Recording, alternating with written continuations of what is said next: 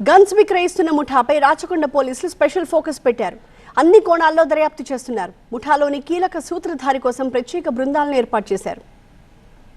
Commissionerate పరిధిలో guns విక్రయిస్తున్న అంతరాష్ట్ర ముఠాను పోలీసులు పట్టుకున్నారు. గన్స్ విక్రయిస్తున్న ముఠాను ఎస్ఓటీ పోలీసులు అదుపులోకి తీసుకున్నారన్నారు రాచకొండ సిపి సుధీర్ బాబు. నిందితుల నుంచి 2 తుపాకులతో పాటు ఒక టపంచా, 10 బుల్లెట్స్, ఒక మొబైల్ ఫోన్ స్వాధీనం చేసుకున్నామన్నారు. గన్స్ అమ్ముతోన్న ముఠాను బీహార్, రాజస్థాన్, ఉత్తరప్రదేశ్ కు చెందిన వారిగా గుర్తించామని చెప్పారు. ఈ ముఠాలో కీలక సూత్రధారి కోసం గాలిస్తున్నామన్నారు. ఈజీగా డబ్బులు సంపాదించాలనే ఉద్దేశంతో గన్స్ విక్రయిస్తున్నట్లు నిందితులు చెప్పారన్నారు. షాపూర్లో ఉన్నటువంటి సంపత్ యాదవ్ అనే వ్యక్తి దగ్గర నుంచి వెపన్స్ను పొందడం జరిగింది.